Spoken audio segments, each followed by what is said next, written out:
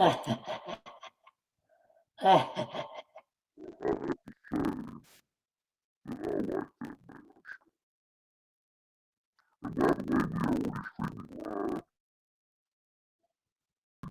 can barely hear you. What in the world?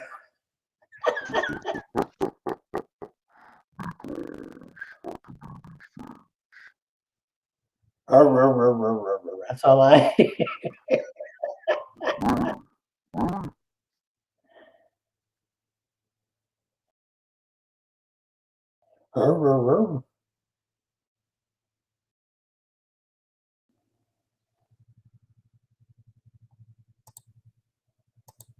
I'm gonna be melting in this mask. It's hot in here.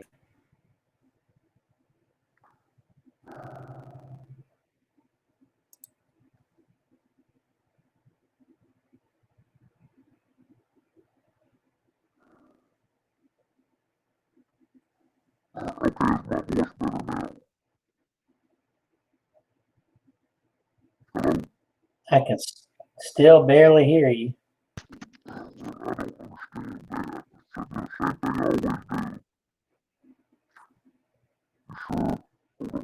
It's hard to understand what you're saying. I hear the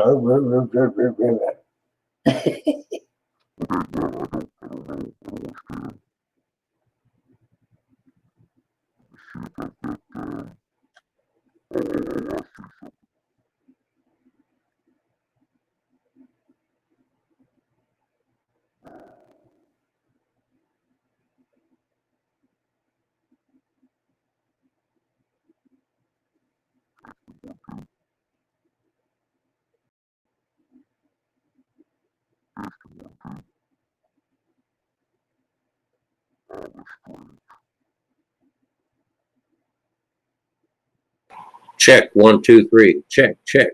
Ah, there you go. Okay. All right. There we go. Okay. We're good. Okay.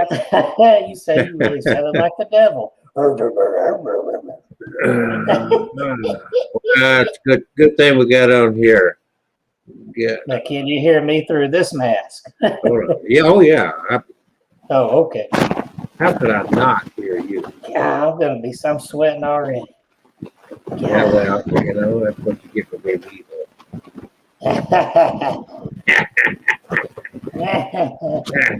Welcome, everybody. It's 1 minute before showtime, but we're already live. We've been, I'm glad we did because we had to correct some audio issues. Get this there. Another Tuesday night terror. Yeah.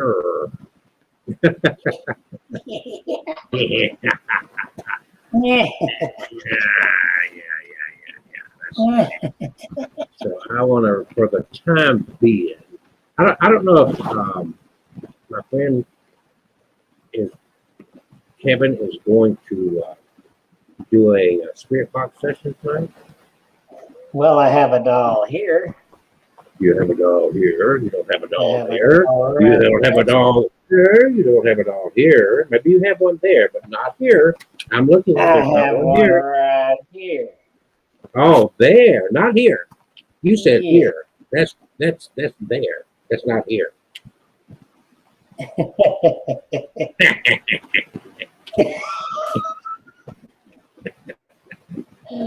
Oh, I should be out working in the woods, scaring children somewhere. Yeah. I know why you got all those acres out there now, because nobody wants to live next to you. That's funny. Are you laughing? Is he laughing? Is he real? Or is it Memorex?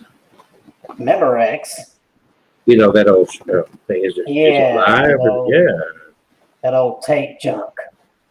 So I thought we were streaming here on Edmond, Alabama. I don't see it. What's going on? I guess we're still not streaming on My Haunted Dolls, are we? No. The thing is, I switched because Melon is comparable. Yeah.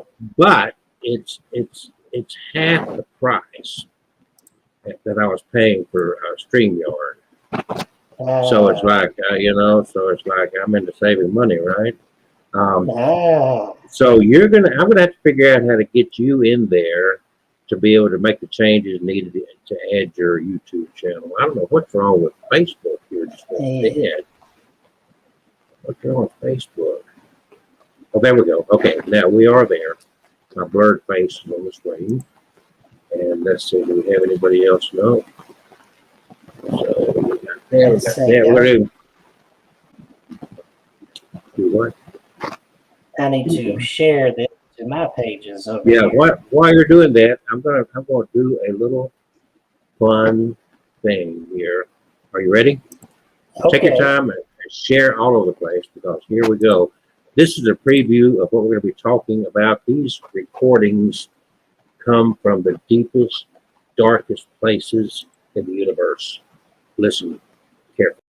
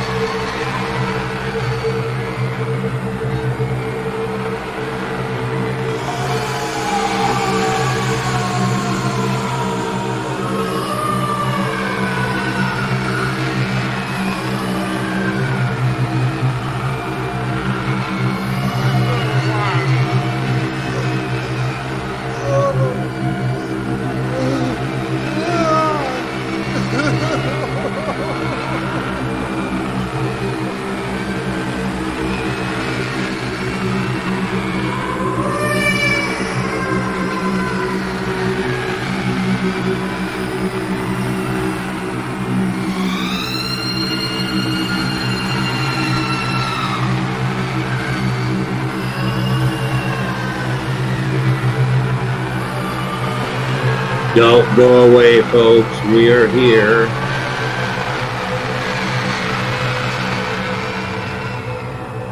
For Tuesday nights, Abnormal Alabama, My Haunted Dolls. Listen, we're going to help you get through your nights.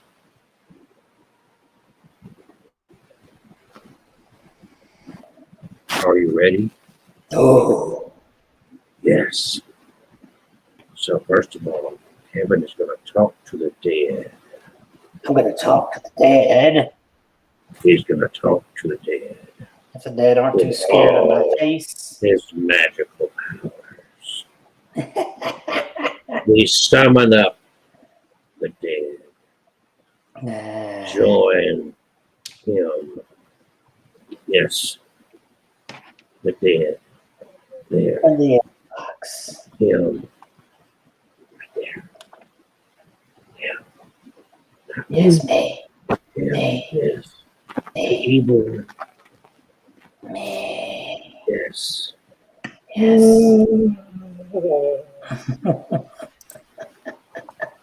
Let's have evil laugh. Evil, evil laugh. My evil laugh.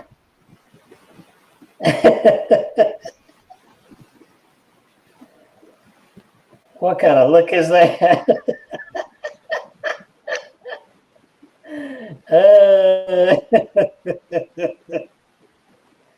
It's like you need to have the clown mask on.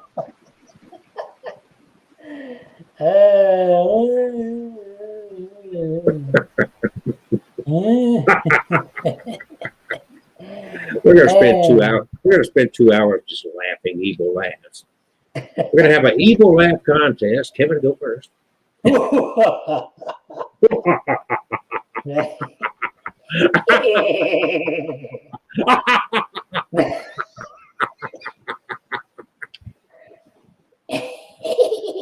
Okay, vote now. Vote now. Oh Lord. Okay. Kevin. I have Tabitha, Tabitha, a beautiful little girl. the doll from Hades. But I don't know about that. The bride of Satan himself. Really? Oh, she's just a sweet little girl. Yes. I hope she's not scared of clowns. Yes. I'm going to reach through the portal of hell and grab. No. So we're gonna do a spirit box session, and yes. then we're literally gonna visit the portals of hell. The portal to hell.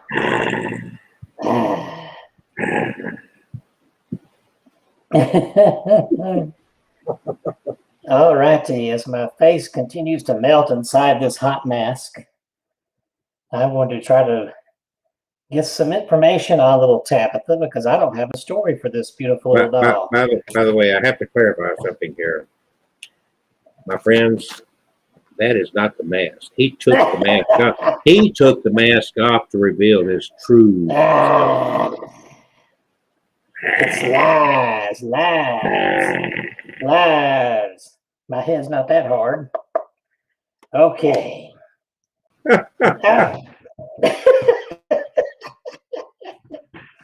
Okay. I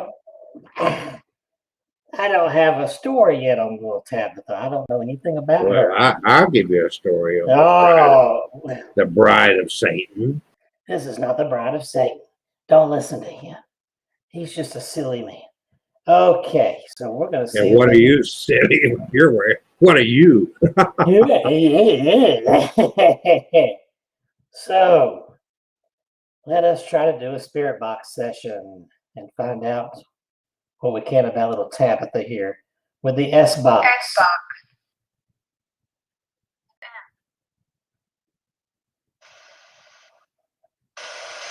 There we go.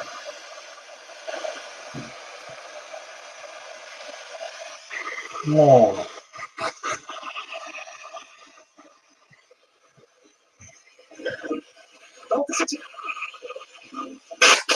hello, Tabitha. My name, as you probably already know, is Kevin. Yep. And I'm so happy that you've been in my home for probably a little while now.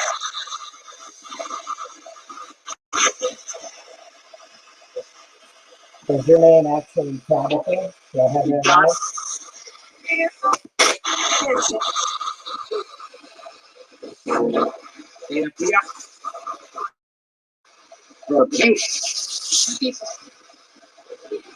Do you like clowns?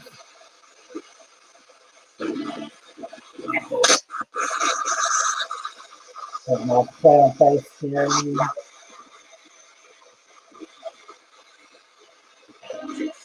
Is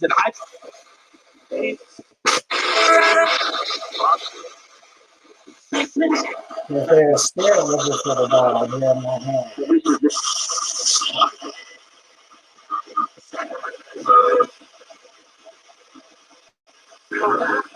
If so, I would love to hear from you.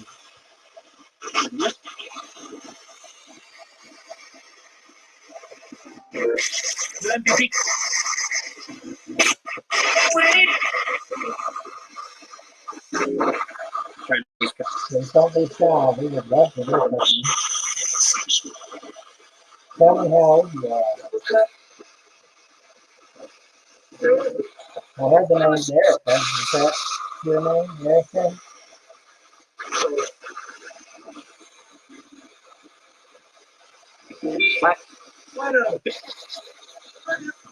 What is this doll's name?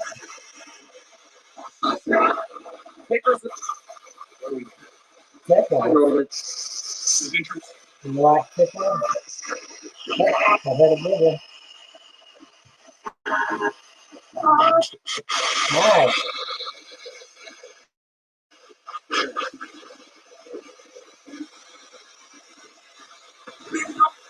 So how are you doing tonight?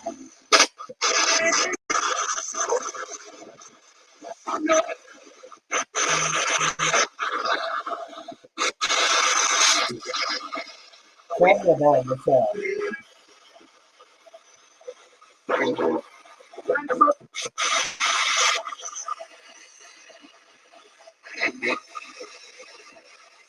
Are you enjoying yourself here in my house?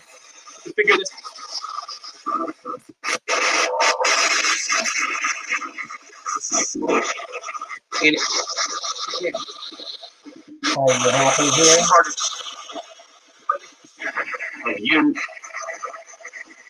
With me? I guess that's a good thing. Are you happy with me?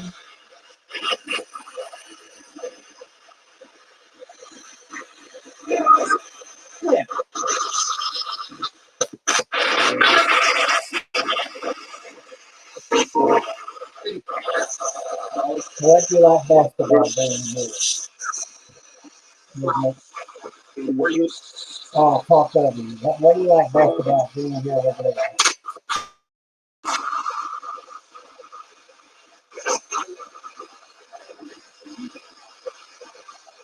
If you speak close to this little box in my hand, I can hear you. Sure can. Come on, people. I think that's what I heard. How many spirits are here?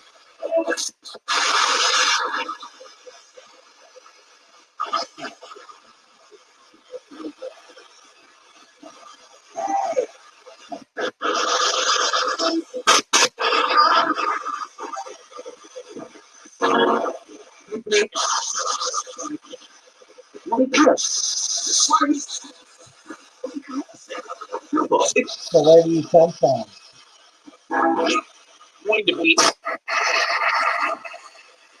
Okay, where are you going to be? I was going to be. Ouch. Out? Are you hurting? Or did you say out?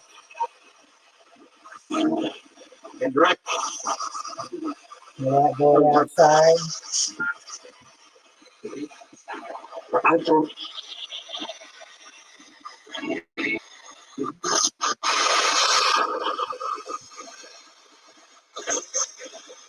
Do you play with the cat that we have outside?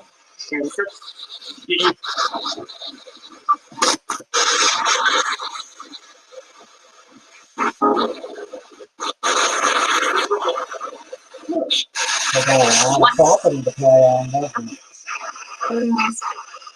Yes.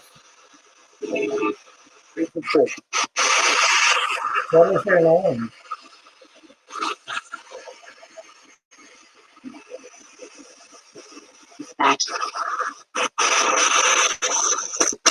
Are you a little girl?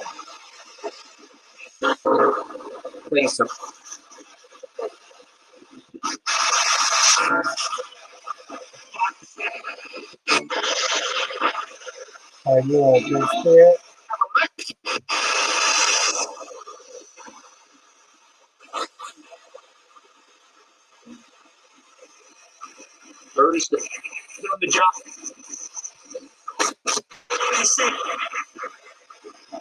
Did you live around here?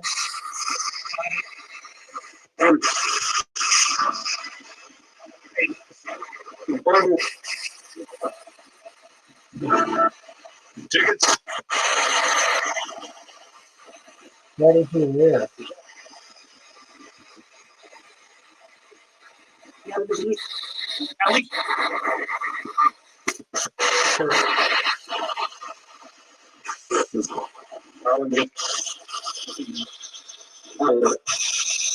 So what would you like to say to us while we have the field happening?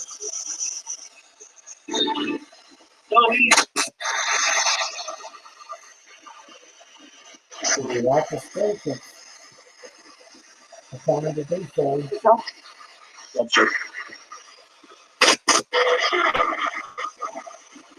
We would love to hear from you.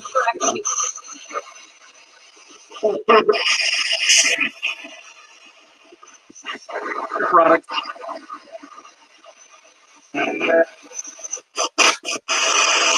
This is a very beautiful dog. Does it belong to you?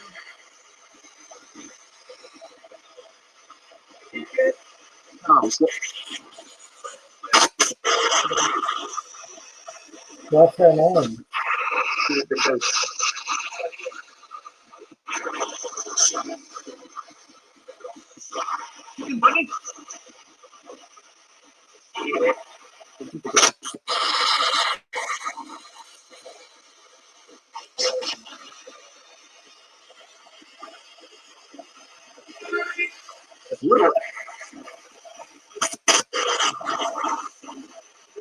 Tell us about yourself. Roll over. Can you say that again, please?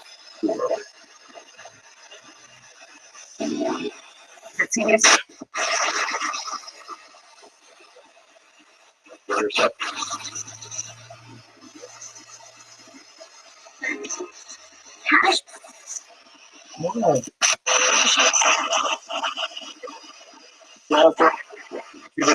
What would you like to say tonight?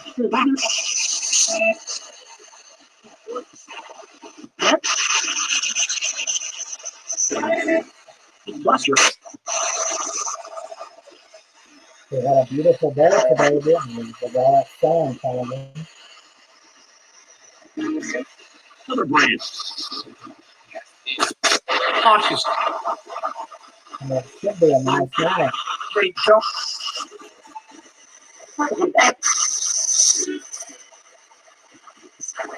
Teaches you. It's hard to beat. Well, we've only got a few minutes left. Is there anything you want to say before we close out? It's already.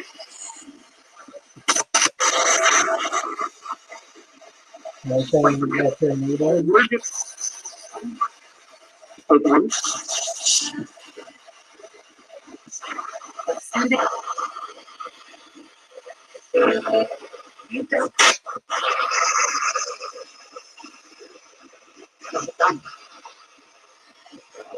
now's the time to tell us anything you've got to say.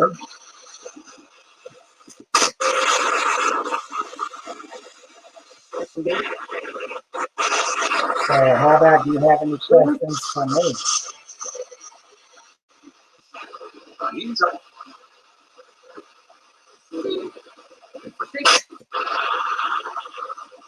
Seems like I always ask you the questions in the spirit box section, but I've never inquired if you have any questions.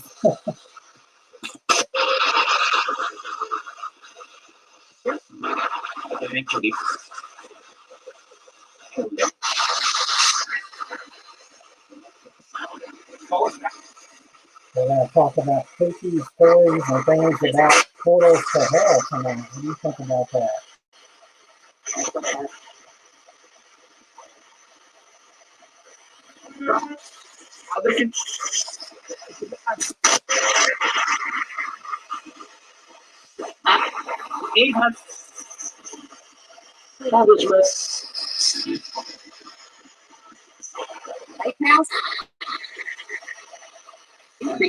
Well, we're going to close out. So it's your last chance. Anything you'd like to say, Gavin?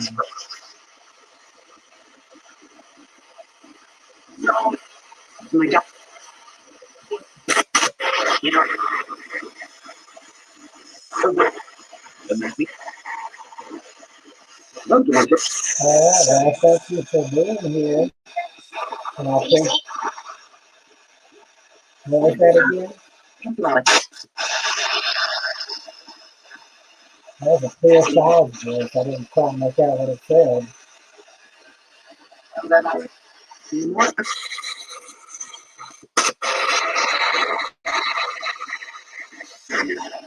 Well, Okay, I'm going to go ahead and close this out. I'm going to count down from 5. And when I get to 1 and say goodbye, everybody needs to have already backed away and gone back to where you come from. If we're closing the door. Ready? 5, 4, 3, 2, 1. Thank you. Goodbye. Oh, Tabitha, everybody, or Erica, as I heard on the spirit box. We're having a slow. I don't know why with Halloween coming up. Why would we have such a slow night?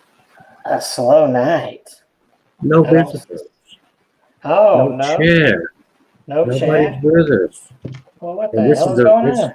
Did we scare the hell out of them? Maybe. I wonder if I take this creepy thing off for a little bit. Will that bring them? Well, what it will do is it'll make you feel better. There we go. All Man, right. that's an interesting So- mask. So Kevin got a hold of me yesterday and he said, "What are we going to talk about?" I said, "Let's talk about these portals to hell that pop up all over the world." And I'm going to start off with one of the most famous ones, the one from the Siberia, the Soviet Union, where they actually purportedly made a recording of the sounds from hell. Can you imagine that? So there was a team of Soviet engineers who purportedly were led by an individual by the name of Mr. Azarkov. In an unnamed place in Siberia, they had drilled a hole that was 8.9 miles deep before breaking through to a cavity. Intrigued by this unexpected discovery, they lowered an extremely heat-tolerant microphone along with other sensory equipment into the well, and the temperature deep within was 1,830 degrees Fahrenheit. Heat from the chamber of fire from which purportedly the tormented screams of the damned could be heard. Yeah, I thought of it, Kevin. The Soviet Union had, in fact, drilled a hole more than 12 or 7, I already covered that, didn't I? So, the story eventually, we're going to tie this into the Trinity Broadcasting Network. I'm sure you're familiar with that, TBN. Uh-huh. Yeah. They had heard about this. And there was a Norwegian teacher that heard the story on TBN while visiting the United States. And he perceived this to be mass gullibility. So he wrote to the network, originally claiming that he disbelieved this tale, but upon his return to Norway, he supposedly read an account of the story. And according to this guy, the story claimed not only that the cursed well was real, but that a bat-like apparition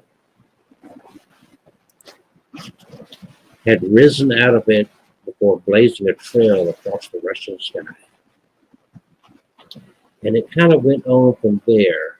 But what I have for us here is the recording,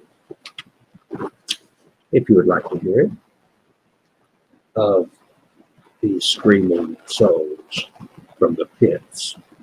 The pits, did I say pits of hell? You ready for this? Are you ready for this? Do you want to hear this? Yeah. Everybody turn your lights down low. Sit next to a dark window and get ready. You may recognize the voice, who knows? maybe your brother or sister who has passed away. Maybe you can hear them down there.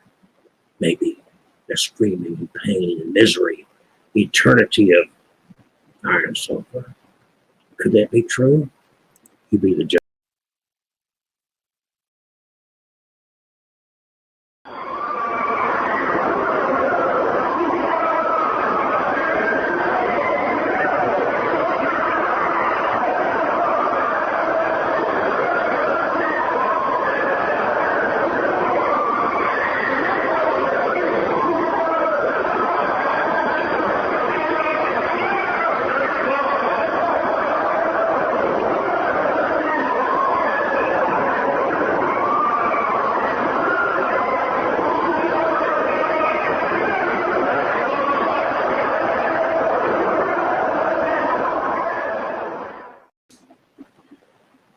See, I don't know. What do you think, Kevin?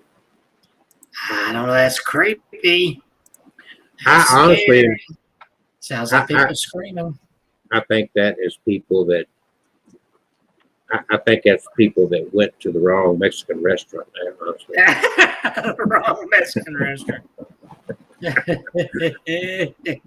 think that's the pain and suffering. Next morning they woke up and it's like, oh. Too many half-done tacos. Tacos, burritos, chimichanga. Yeah. So Kevin has had plenty of time since he doesn't do much anything. I understand he came up with a lot of these portals to hell stories that he's going to share. And I've actually, thanks to his sharing with me, somewhere here I've uploaded a bunch of these pictures. And I don't know which one he wants to see first. Well, I think I'll share the ones I found. The one I've heard about the most, the 13 Steps to Hell. And in fact, there's not one place, but two. Yeah, there you go, the steps there. Right there? Yeah, right there. That's right there. Okay, so we're gonna make it. We're gonna cover me up.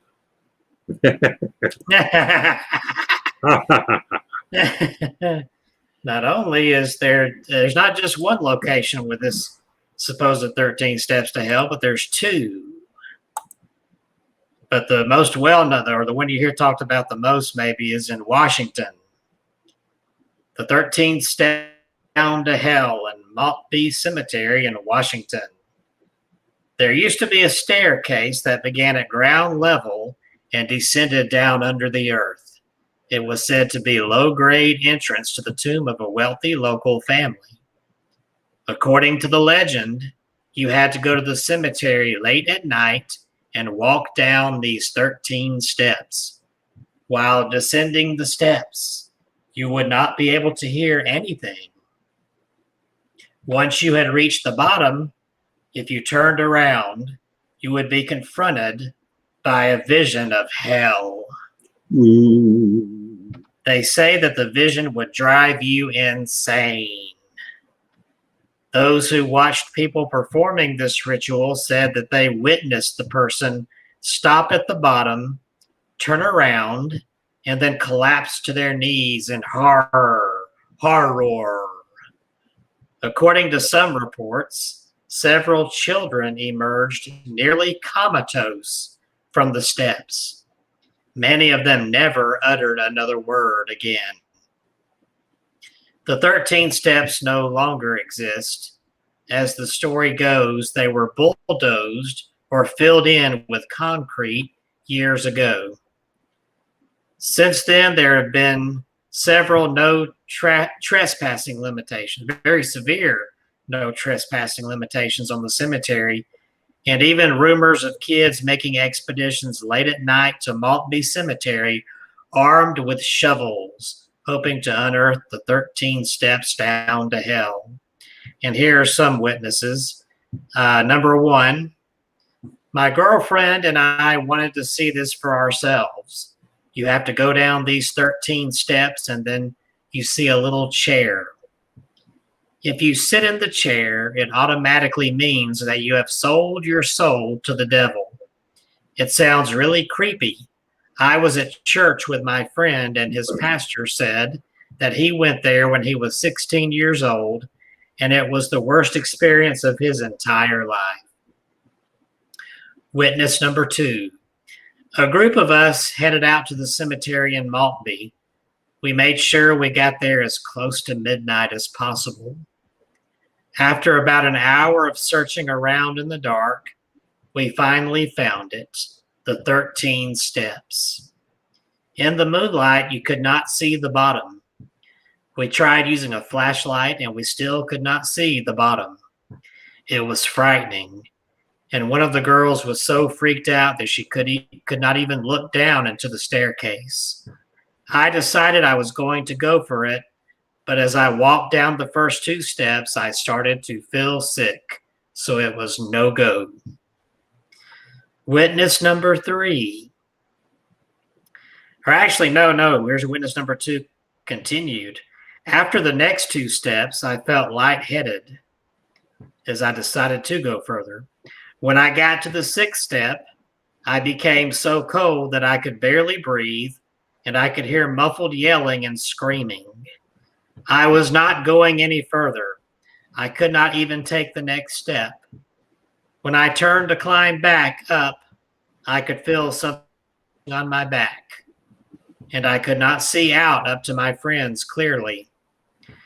When I finally reached the top of the staircase, I realized the yelling and screaming was coming from my friends.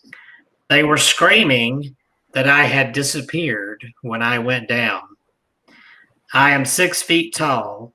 I could not have been out of sight after having only gone down halfway. Needless to say, we were all completely freaked out and got out of there as quickly as possible. To this day, every now and then, I dream about the 13 steps that lead down to hell, and I always wake up in a cold sweat.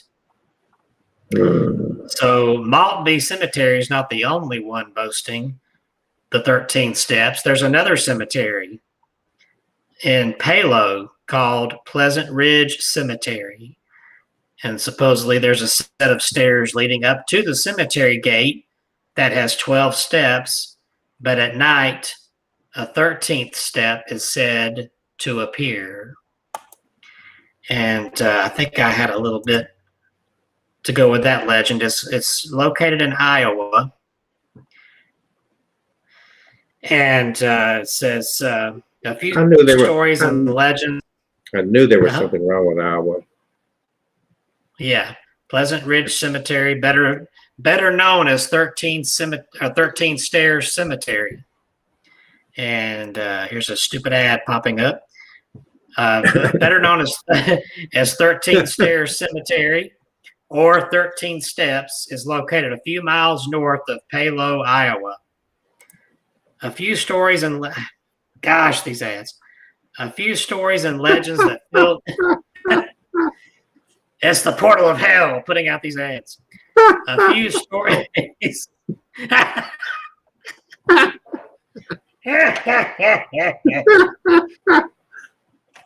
A few stories and legends that fill this area is that of EVP ghostly voices, sightings of a red-eye growling dog, a witch that haunts the area,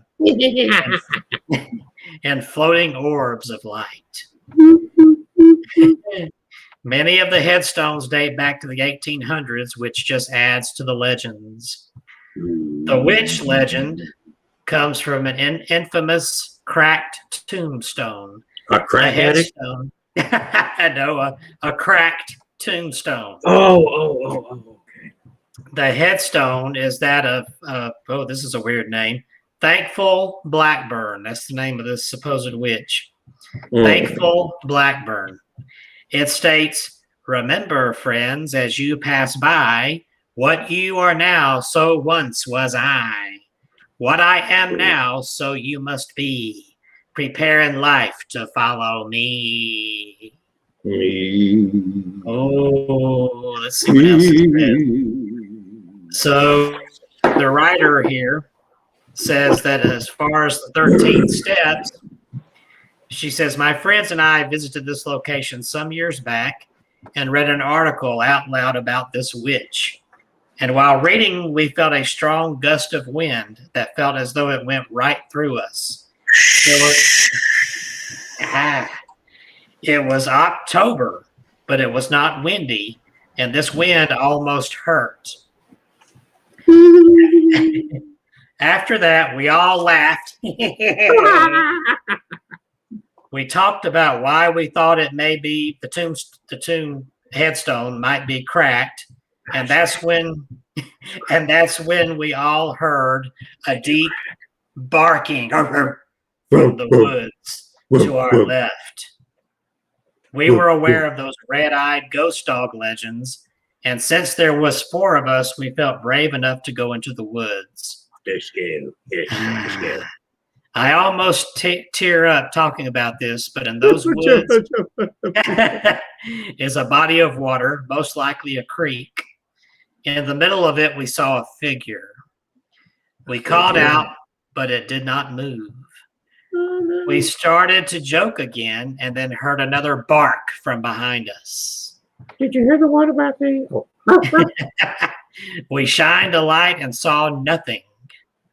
When we looked back to the creek, the figure was gone.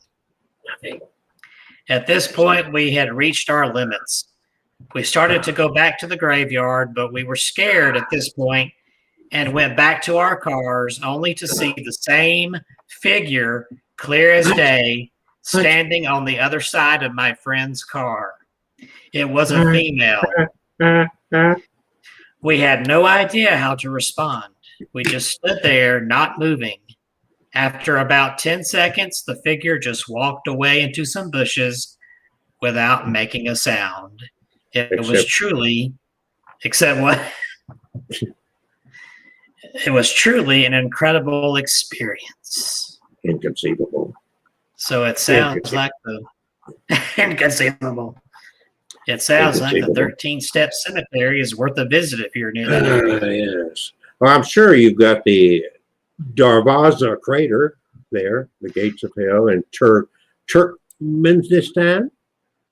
Let's see. I got Turkey's mysterious portal to the underworld. I've got the desert, Karakum Desert, that has this eternal fire door to hell. Do you have that one? Let me pull this up. Is that the one that's in Turkey? Well, it's Turkmenistan, but it's a Soviet country. Let me get back to the. Do you have it? Hold on. Let me see. Do you have it? It's 2/3 size of a football field. Here it is. You're talking about the Darvaza crater. That would be it. Yes. Okay. Yes, I've got it right here. You got it there, and I think that we have maybe a semi-photograph of this. Yeah, there. Right there. Is that what? This is a real photo. This is not an artist's depiction of it. This is the real deal, folks. How long has this thing been burning? I guess we'll see. I think I sent you a picture. It was where it was really burning bright. Do you have that? Well, I don't. But hold on. We will take care of business. But that's fine. I can do this. Just remain calm, cool, and collective. I do. Hold on. I have an interesting article here. The interesting articles are very interesting. Yeah. Yes. So there's all kind of images here. But that's the only one I saw that. Okay. But we'll get there. Don't sweat, Sherlock. It's okay. So, so in, let me get it back up here. In the desert is a massive expanse of sun-scorched sand dunes. Look at this. Covering roughly 70% of Turkmenistan. You could wander through this parched 350,000 square kilometer badlands for days and only see the endless crests and valleys of the Karakum's barren wilderness. But if you make your way to the desert's north central plain, you may stumble upon a truly surreal sight. the Darvaza crater, a molten gas pit that has been spewing fire for decades and is known as the gates of hell. The story goes that in 1971, Soviet geologists were drilling for oil in the desert when they hit a pocket of natural gas. This caused the earth to collapse, forming 3 large sinkholes. In order to prevent the methane from leaking into the atmosphere, it's rumored that geologists lit one of them on fire, thinking it would burn out in a matter of weeks. But after Canadian explorer George Coronis set off on the first expedition to plumb the crater's depths in 2013, he discovered that no one actually knows how this hellish inferno came to be. According to local Turkmen geologists, the gaping 69-meter wide by 30-meter deep crater formed in the 1960s and was not lit until the 1980s. Yet, because gas and oil were highly prized commodities in Turkmenistan during Soviet rule, it appears any record of the crater's creation is now classified in top secret information. What is certain is that this unlikely methane belching fire pit has become one of the most popular tourist attractions in a country that only sees about 6,000 visitors per year. For much of the past decade, as the sun dips below the Karakum's sea of sand dunes, wide-eyed wanderers from near and far have come to witness this blazing coliseum of fire light up the desert sky. The gates of hell. Oh, that's a good picture right there. The one I've got there, yeah. So one of my favorite stories, and I remember back in the, before, Art Bell used to be one of my favorite broadcasters. I don't know if you remember him or not, on Coast to Coast AM. I think I've heard that name. Oh, gosh, he was the entertainer's entertainer. And and somewhere along the pathway in his middle of the night show, this guy Mel Waters came on, and he had found this hole on his property. It's called Mel's Hole. From Bigfoot to the disappearance of D.B. Cooper, the Pacific Northwest is full of mysteries, and another mystery buried deep in the hills of eastern Washington keeps resurfacing. Ellensburg, Washington, and its surrounding valleys and Manassas Ridge are beautiful in any season. Some believe what lies beneath is a deep, dark hole with supernatural powers. Mel's Hole was made famous because of an interview someone called himself Mel Waters claimed to live in Ellisburg, and he had this claim made on the Art Bell show, Coast to Coast AM, but no one really knows who Mel was, or if he really was, is a mystery, just like the hole is a mystery. The claim that it's 80,000 feet deep and full of paranormal powers. Back in 2002, Seattle Times reporter, led by Red Elk, set out to find the hole and struck out. Waters himself is a mystery, said he sold the property and won't say where it is. Few people know who he really is. So far, Waters exists only on radio waves, with a story many think is bunk, but tales of a deep hole in Ellisburg have circulated for years. Hoax or not, Waters' appearances before Bell's 10 million listeners have elevated an old local legend into a national paranormal mystery. And to this day, do we know? Do we actually know? Really? It began, and let me get a picture of Mel's Hole. I think I need to get Mel's Hole up here, don't I? Would that help if we got a picture of Mel's Hole? Yeah, that would help. Mel's Hole. It's not Mel's Diner. It's Mel's Hole. Yeah. Well, you would be thinking about Mel's Diner. Yeah.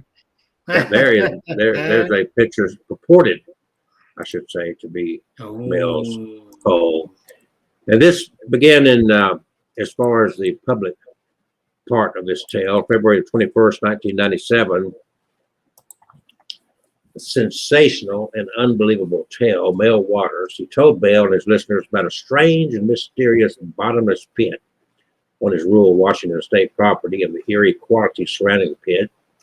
It became known as Mel's Hole. Many people became fascinated with the bottomless pit. The problem was Mel Waters refused to give its exact location, and no one could find it. Was it a hoax? Or was it, as Waters himself claims, purposely covered up by the United States government? Let us peer into Mel's Hole. When Mel Waters called into Art Bell's hit syndicated radio show in '97 to tell the world about Mel's Hole, he was contacting the host of a well-known show that featured tales of the unexplained. He knew his sensational story would be delivered to the right audience. The late night radio show, which combines, anyway, I'm not going to go into the history of the radio show. Let's go back to Mel's Hole. How's that? According to Mel, the pit is a natural hole on his property in Kittitas County, Washington, about 9 miles from the town of Ellensburg. He used the pit as his own personal dump, tossing trash and discarding items in the hole. He noticed, however, that he never heard any of the discarded items hit the bottom. Curious about the depth of the hole, Mel did an experiment. He used a fishing pole with a weighted line and dropped it in the pit to measure its depth. To his astonishment, the fishing line went down to more than 80,000 feet and still hadn't hit the bottom. A bottomless pit as deep as 80,000 feet would be odd enough, but Mel had more to tell about the mysterious place. He claimed that the hole did not produce an echo when he yelled into it. He also stated that his neighbor threw the carcass of his dead dog into the pit, but a few days later, he encountered his dog alive and well in the nearby woods. Sounds like Stephen King, huh? Pet Cemetery. He knew for certain it was his dog because it was wearing the same collar. Mel's own dogs, however, were terrified of the pit, refused to go anywhere near it. Mel also stated that he once brought his radio to the site, but he couldn't tune into his favorite station. Instead, the radio played unknown voices and old music. In addition to the '97 call Art Bell's Coast to Coast AM, Mel Waters appeared on the show in 2000 and 2002, each time telling more sensational claims about Mel's Hole. According to Waters, he once saw a black beam shoot out of the hole. He also stated that if he had metal objects near the pit's 9-foot wide opening, they would magically change into other metals. These claims were enough to arouse curiosity and, of course, skepticism. Adding fuel to the controversy was Mel Waters' claim that the government was covering up the wonders of Mel's Hole. Of course the government was involved. How could you not believe the government was involved? Mel stated that one day he was walking toward Mel's Hole when a man wearing a suit approached him, and behind the man, Waters could see several other people wearing official-looking biohazardous suits. The man with a plane crash, and that Waters was no longer allowed near the pit. Next, Waters said the government leased the land from him and paid him a generous amount of money to leave the property. So Waters used that money and he went to Australia. Mel Waters' story was sensational and unbelievable, but was it true? Many people say no. Investigators soon determined that there was no person living in the area by the name of Mel Waters. No one by that name ever owned property in Kittitas County. Furthermore, Waters had claimed that his wife worked for Central Washington University, yet that fact was untrue. Certainly, there are very deep holes, pardon the pun, found at various locations around the globe, but none of them as deep as Mel's Hole was said to be 80,000 feet. The deepest known cavern is about 7,188 feet deep, and the deepest mine shaft is 12,672 feet. And in 1989, the Russians drilled a borehole to the depth of 40,230 feet. But that's still only half the depth of the water claimed his pit was. Jack Powell, a geologist from the State Department of Natural Resources, explained that a hole as deep as 80,000 feet was a geological impossibility. Really? You think so? Going so deep into the Earth's core would cause the hole to collapse from the tremendous pressure and heat. So I don't know. You left again to ponder these many things, aren't you? Mel Waters was careful not to give the exact location of Mel's hole, but a handful of people say that they've seen it for themselves. One of them was Gerald Osborne, who goes by the name of Red Elk. This half Native American, half white medicine man told journalists in 2012 that he had been to Mel's hole several times beginning in 1961. And he backed up. My computer is acting silly here. You too. But when investigators asked Red Elk to take him to Mel's hole, he inexplicably could not find his way back to the site. A lot of mystery there. While most experts believe that Mel's Hole is a fantastic urban legend with no basis in fact, there are others who believe Mel's account of the mysterious bottomless pit and the ensuing government cover-up. There are numerous abandoned shafts in the area that could have served as the inspiration for the tale.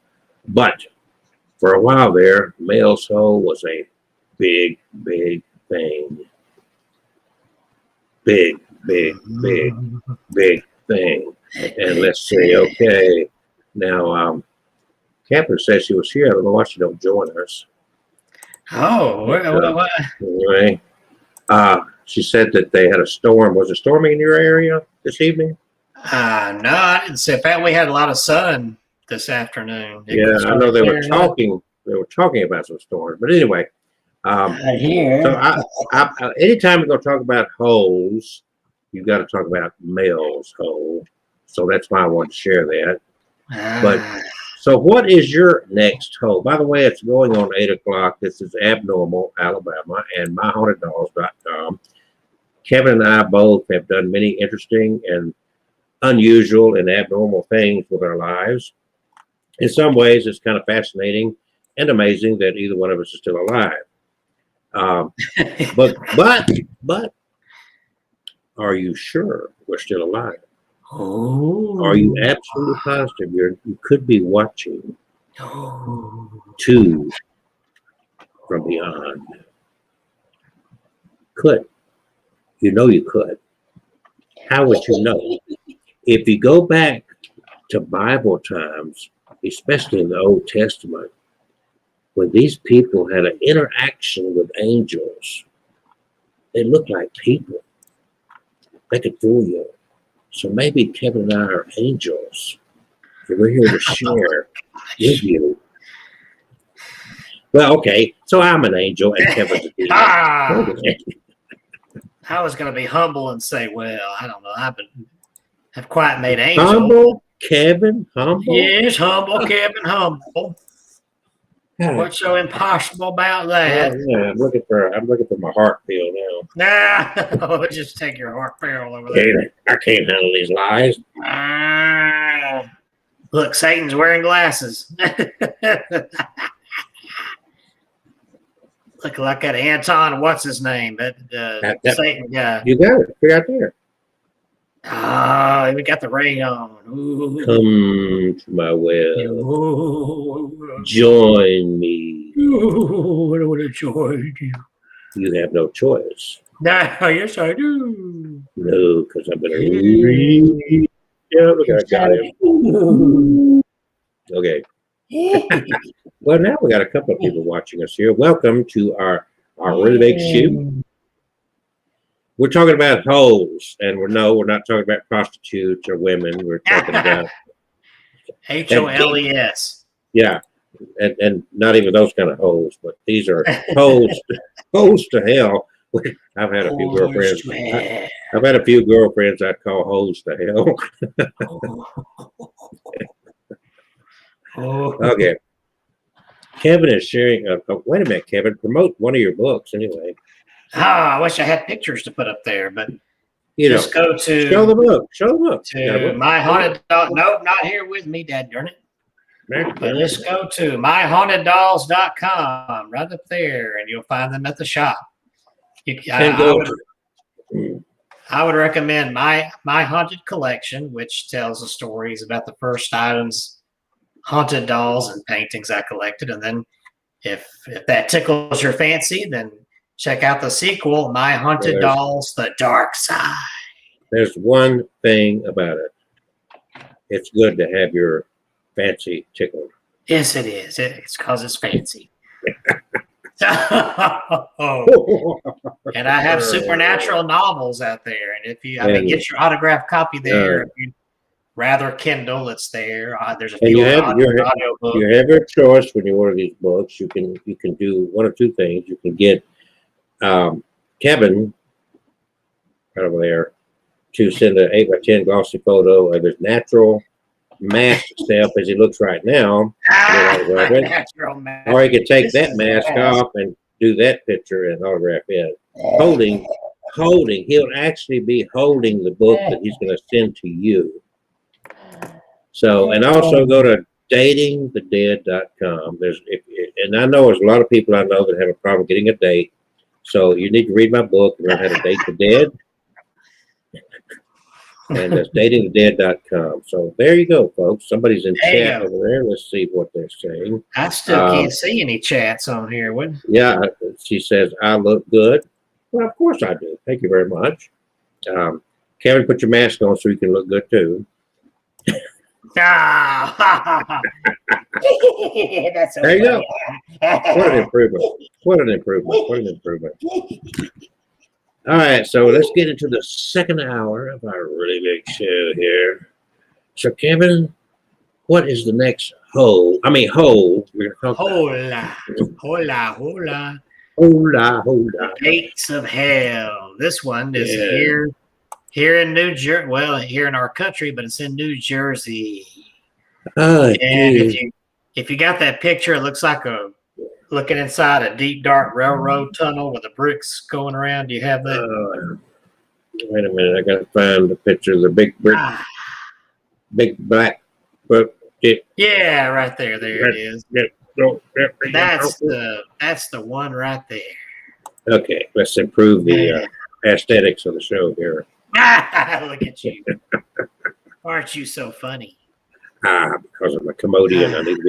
I need to be flushed once a week. I'm a Commodian. And here's the story with this tunnel. And by the way, look at that. Look at that.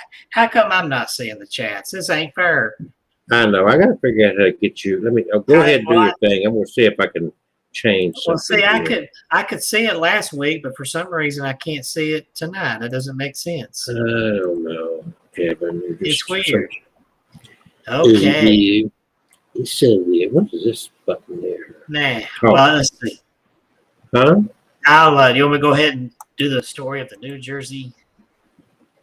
Do the Jersey girls. There is probably no better way to prove one's courage than by walking straight into the gaping maw of hell, the gates of which can be found in the town of Clifton, Passaic County. This legendary passageway, which you see right there in the picture, leads to a network of underground tunnels and storm sewers, and some say to the lair of the evil one himself. You might think that the term gates of hell would be a common nickname for any dark and foreboding entrance to the underground. Yet in all our years of research, we have found no other subterranean passage in the state with the same moniker as this Clifton site. No. It is a very old tunnel with an arched stone ceiling about 8 feet high. The light quickly evaporates behind you as you enter, and you are soon enveloped in total darkness. Inside can be an extremely dangerous place, even without the presence of Satan. The tunnel system was built as a drainage runoff called Weasel Brook. And in times of heavy rain, the usual trickle of water through the tunnel can become a raging torrent almost instantly. Generations of local teenagers have told stories of what lay deep inside these darkened corridors and have dared each other to venture forth. Are their tales an accurate depiction of what lies beyond the murky threshold of the gates of hell? Or are they more a window into the dark fears which can be found inside us all? Only those who are brave enough or foolhardy enough to enter those gates can say for sure. Growing up in Clifton, it was not hard to learn of the stories of wrongdoings and evil happenings at this spot known as Gates of Hell. My first recollections of this place were from the kids at the local BMX bike jumps.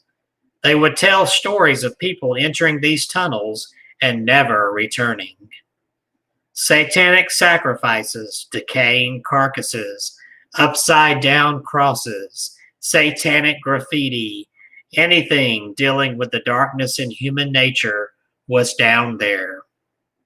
Most chilling to me was a secret room, many layers under the ground. This room was only to be entered if you possessed powers that enabled you to lift axes that weighed thousands of pounds and block the door. Inside this room was a dungeon that housed a human skull, or so it was said. There were 7 layers of tunnels under the ground, and the lower you got, the closer you came to meeting the devil. I always wanted to find this spot to satisfy my own craving of knowledge and wonderment of the unknown, but at that age, Clifton seemed as big as the universe, and finding them was a bit further than Mom would let me ride my bike. When I was 16, I was introduced to the gates for the first time. My friend asked me if I had ever been to the gates of hell. After a few dead ends, we finally found a route to the tunnels. It was dark from all of the tree cover, and my stomach began to drop as we climbed down to the tunnel entrances were located on. I could feel the fear running from my feet straight to my shoulders. All that I had heard and envisioned for the last half of my life was hitting me at once. Looking at the entrance was more terrifying than anything else. Unlike the other tunnels, which were round and had streams of water flowing from them, this entrance was square and had no water flow. At this point, I was ready to leave and go home. I had seen the entrance, and I now believed everything I heard just by looking at it. It was pure evil. But I realized that the only way to conquer the gates was to enter the tunnels. Deep inside the dark tunnel, we started to hear a strange knocking sound. This was a shock to the system since it had been totally quiet except for the flow of the water. That's when we ran and got the hell out of there. I wasn't sure what we heard.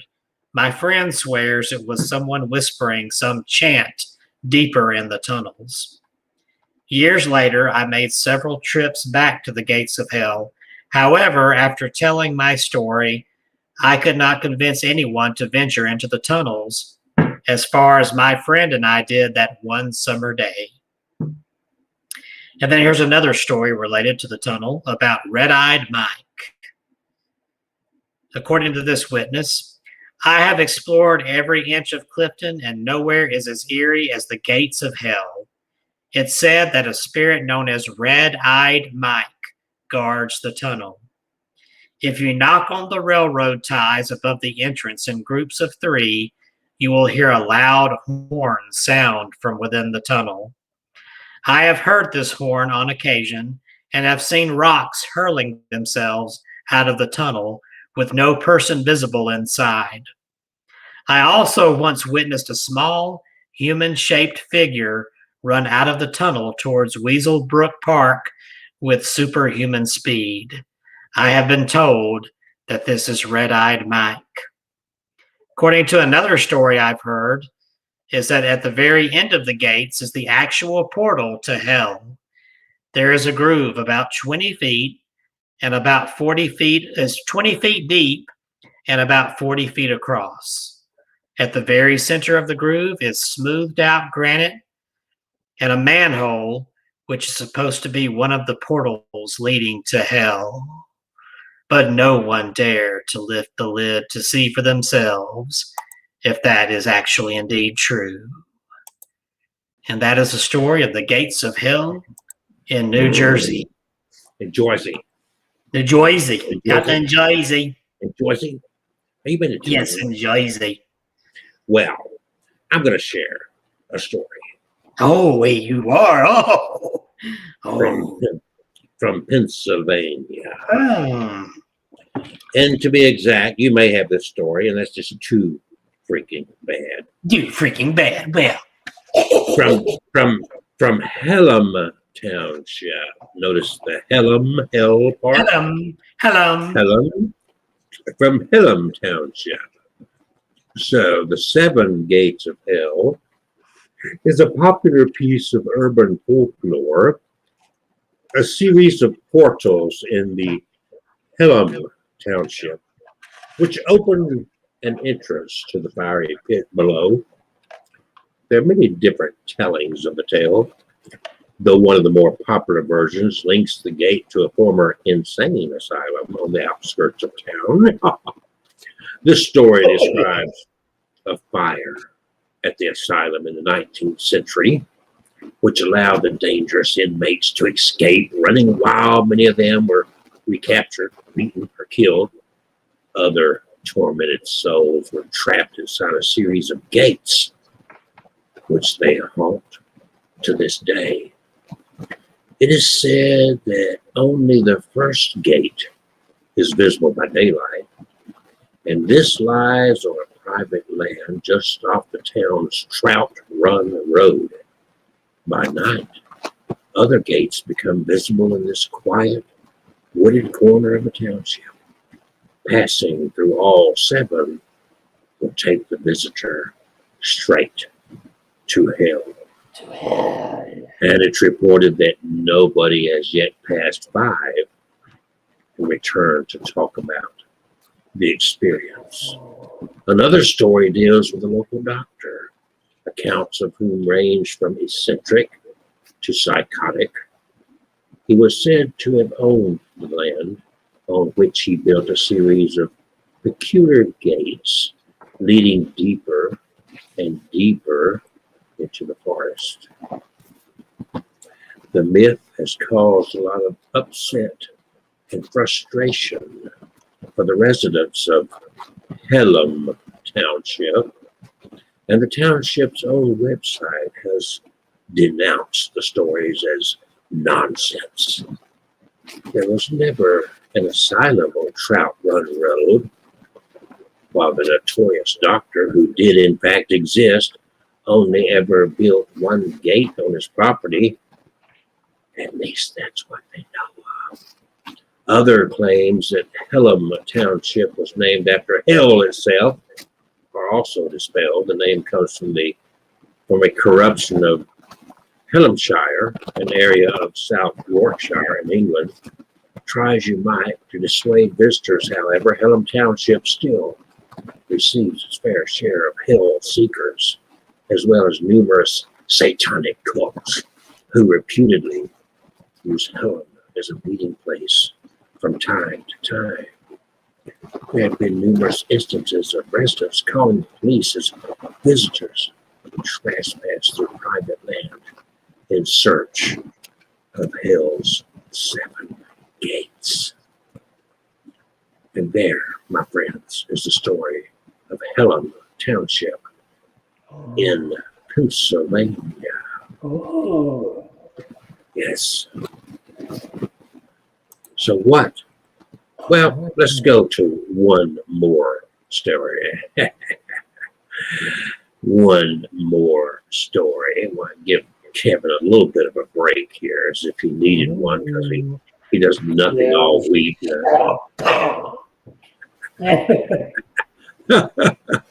Oh, my hand. Saint, Why you so Saint, tired? Saint Patrick's Purgatory. Have you heard of this? No, I haven't heard this one yet. Oh, St. Patrick's Purgatory. Well, let's talk about St. Patrick's Purgatory. Hold on. That's not where I want to go.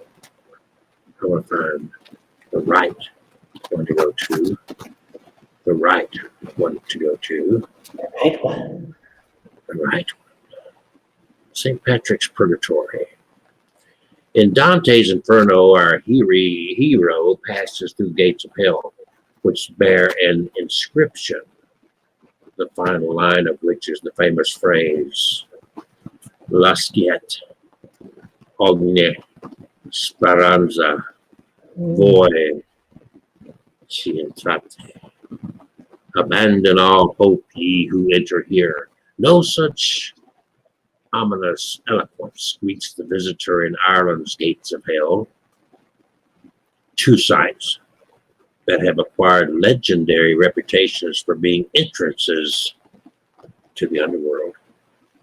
One has been shut by papal order since 1625, and the other is a fetid mud hole associated with cats.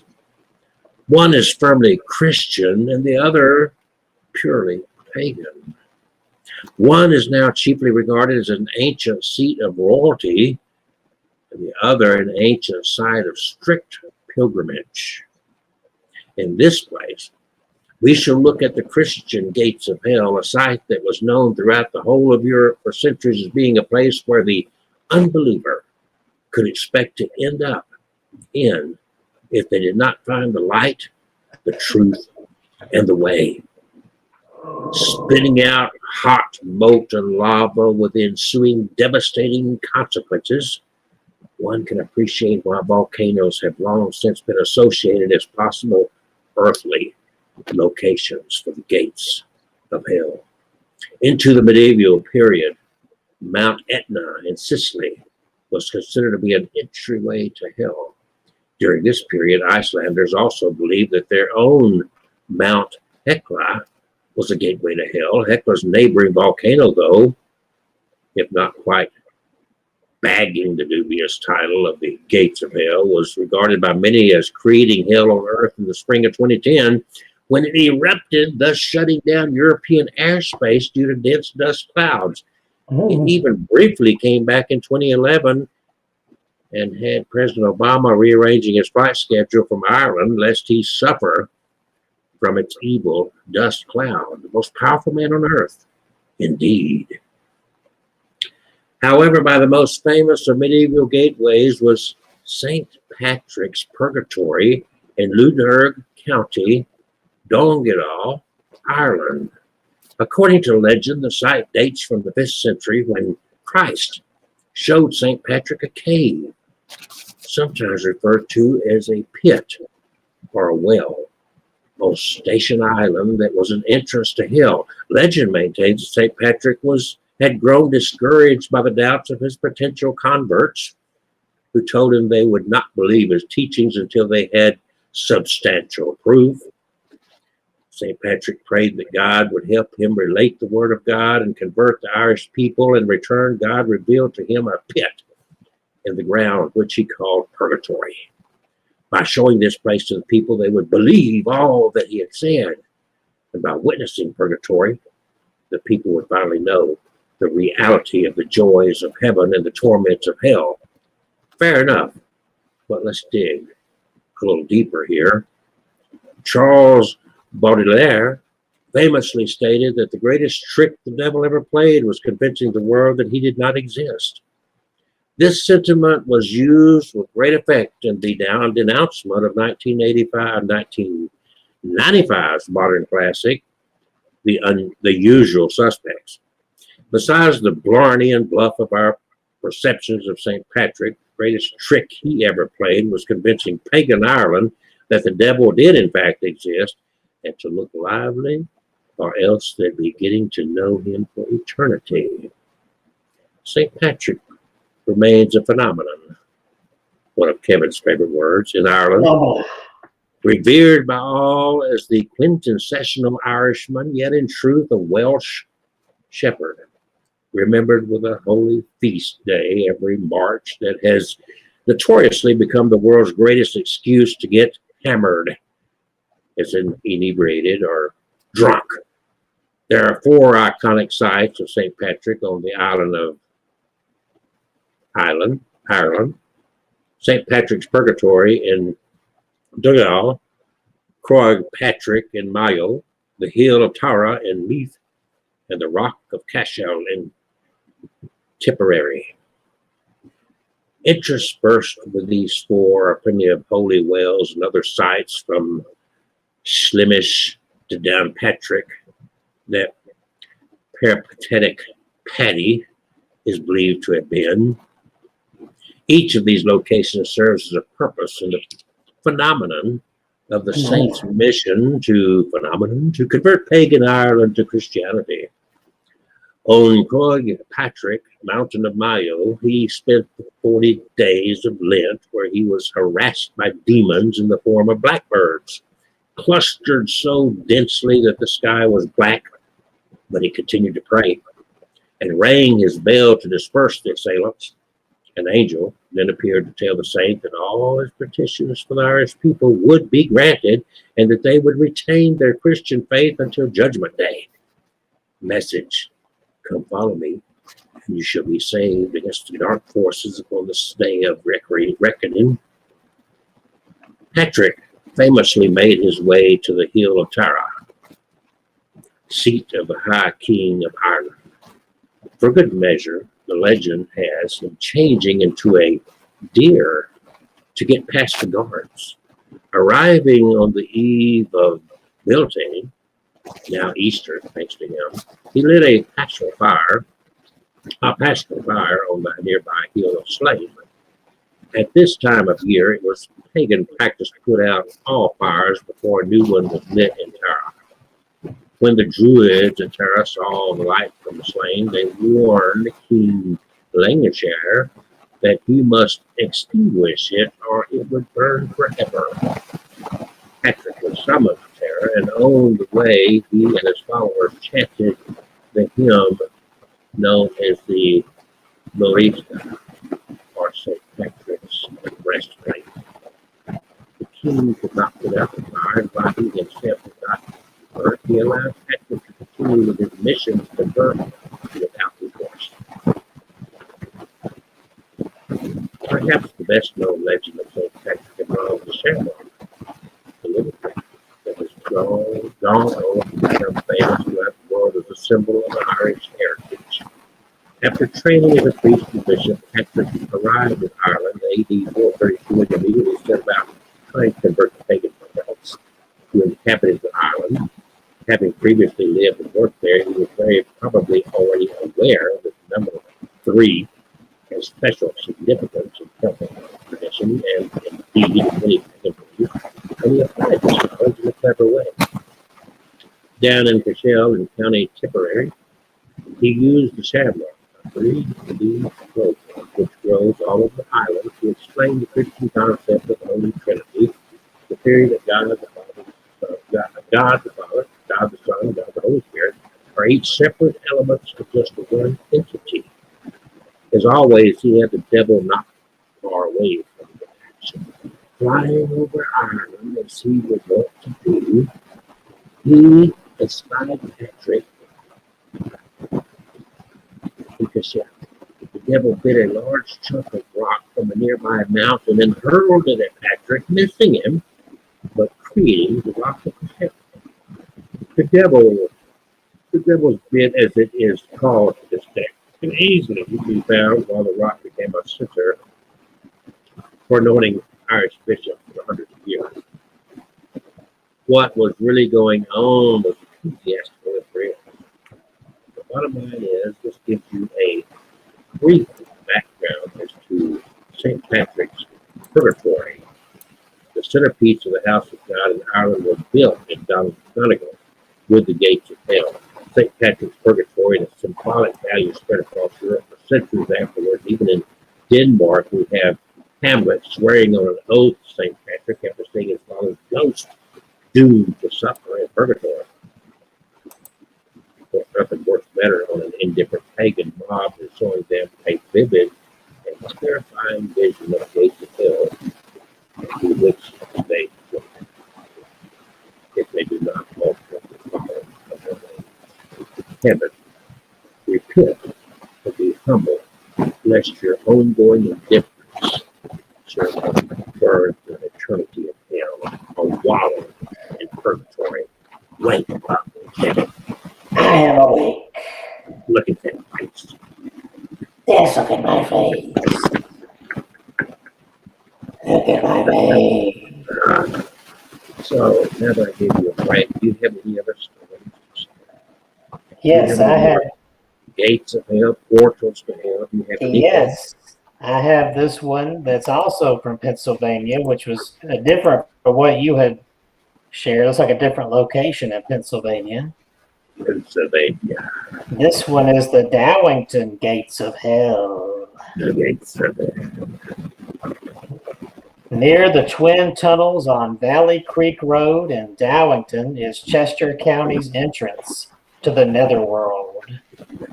Old tales of the area talk of a pair of red cast iron gates in the vicinity of Sawmill Road, leading to a long abandoned mansion.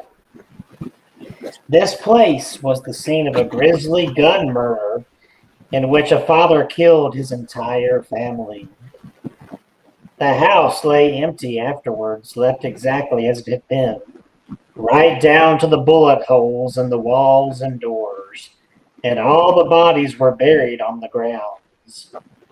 Rumors have circulated constantly for the past 50 years about the activities of cults, Satanists, and mafiosi in the mansion and its grounds.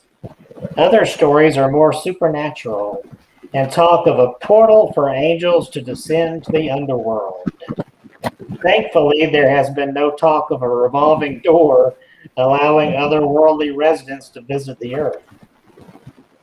But most explorers who visit the area nowadays can find no signs of any kind of gate. Chain link fences surround the likeliest old properties in the area, and the yards look unattended. As you follow the gravel track into the woods and make your way through the trails, no iron gates are anywhere to be found. You see stone ruins of various dwellings, the odd piece of litter, and lots of no trespassing signs and yellow caution tape, but no gates. Some of the few people who boost themselves over the chain link fence to explore the overgrown yard of the larger property in the area where they assume the original iron gate once stood have come back with tales of lanterns glowing in the abandoned building, illuminating furniture covered with dust cloth. Others claim they were chased off by large and very real-looking dogs. Not mythical hellhounds, just plain Dobermans. So were the real iron gates in this story the real inspiration for the gates of hell? Or did the legend spring from the supernatural portal of some wilder stories of the area? At this point, the truth is hidden in a tangle of contradictory stories, but Dowington thrill seekers do still tramp the woods in their quest. If any of them have found it, they've certainly not returned to tell us about it. And then here's another one. For a nice little town in southern Pennsylvania, York seems to be unusually blessed with portals to the underworld. Actually, I think you've already shared that story about Helen. So let's move on to the Hell Gates and the Toad Road Asylum. There is a mysterious history in the dark underside of York, Pennsylvania.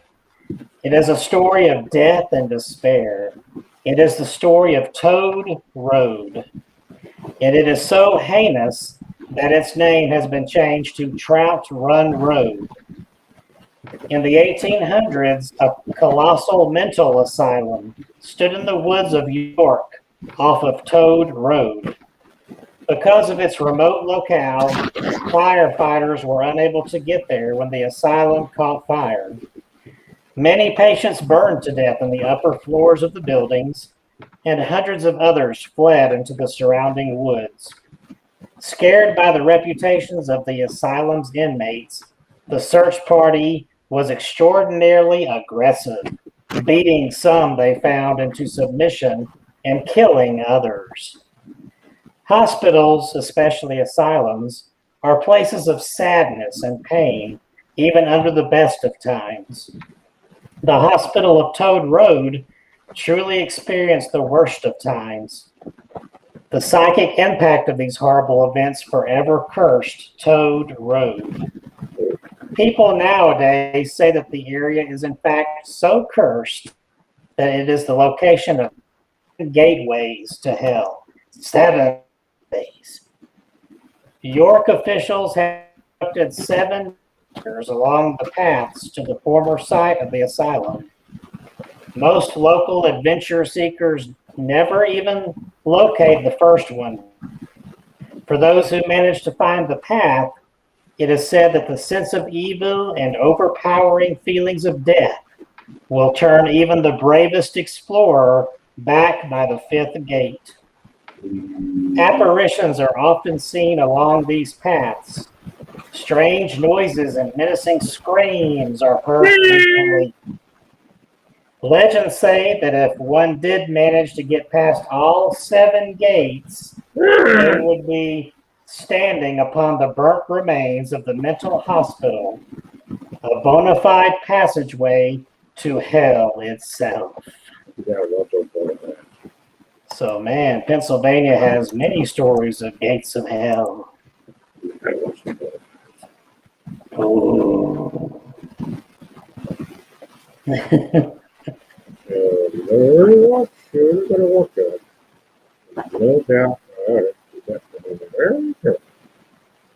What are you mumbling about over there? 8:28 here on our live stream for Tuesday night. This is Tuesday Night Terror. Terror. Are you terrified or terrible night or terrible Tuesdays right here? And I am seeing that the mask is none other than Kevin Kane, who God, he has improved it. Looks so tremendously tonight. Cancer. That's what real users say. It makes you just want to reach out and hug him. Well, okay then. Come on, my brother. So, do you have what about Kansas? Have you been to Kansas? Have you got one from Kansas? Oh, I don't have one from Kansas. Do you have one from Kansas? Yeah, it's a cemetery out there. You know, we're gonna see about this. See about this. See about this. Yes, it's been around for a while. Actually, it's not a new story. So, where are we? Well, Kansas. Kansas. Are we in Kansas? Is Dorothy around? Okay. Ooh, okay. General legend. This is, by the way, Stall Cemetery. It's a small yet derelict cemetery situated opposite of Stall, Skull, United Methodist Church. A grave within the cemetery marked with a tombstone reading, you ready? Witch. But it's spelled Wittich. Wittich? A church once positioned within the cemetery, now no longer standing. A tall pine tree near the church, also no longer standing, and a road formerly known as Devil's Road, but they renamed it in the 90s. The modus operandi varies depending on which area of subject one chooses to focus on. Generally, though, agreed that the activity in each of these areas is due to the subject's primary function, which is as a gateway. Most Oh. general legend associated with the subject states that the devil makes an appearance at Stall Cemetery not once, but twice a year. Once on All Hallows Eve and once again on the spring equinox. He is said to appear at midnight each time. His choice of locale is due to the fact that Stall Cemetery is where the alleged gateway to hell is said to be situated. According to some reports, a set of stone stairs, leading underground lay hidden somewhere on the property, which, if one were to descend, would take one directly to the entrance of hell itself. Mm. The precise location of the stairs remains hotly debated, with possibilities including directly by the church, directly in the church, or in a copse of 5 trees which once stood, making out the shape of a pentagram. Oh. Beyond the complications regarding the location, the stairs are also reportedly difficult to find due to any number of possible explanations. They are overgrown. They were deliberately concealed. They appear only at specific times of the year, or they may only be used by the devil during his biannual pilgrimage. Regardless, it's not recommended that one seek out these steps, let alone attempt to travel down them. The Stall Cemetery also houses, or housed, as the case may be, several other artifacts of note.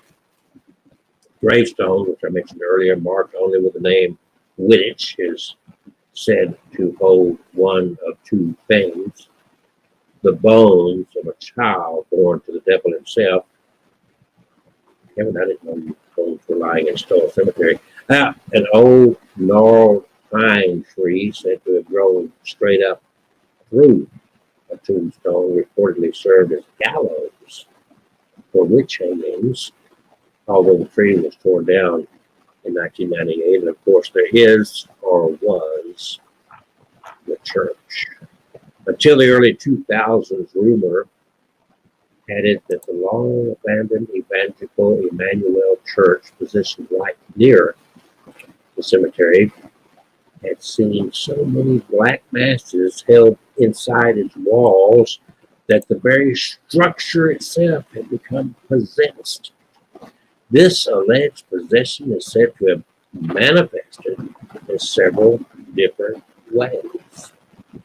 First, although the roof was long since gone, it was said that no rain ever fell inside the church, no matter how badly a storm might be raging outside. Second, it was said that bottles thrown against the sides of the church would not break, regardless as to the force used to hurl them. But it's also said that the black masses aren't the only reason for the church's malevolence.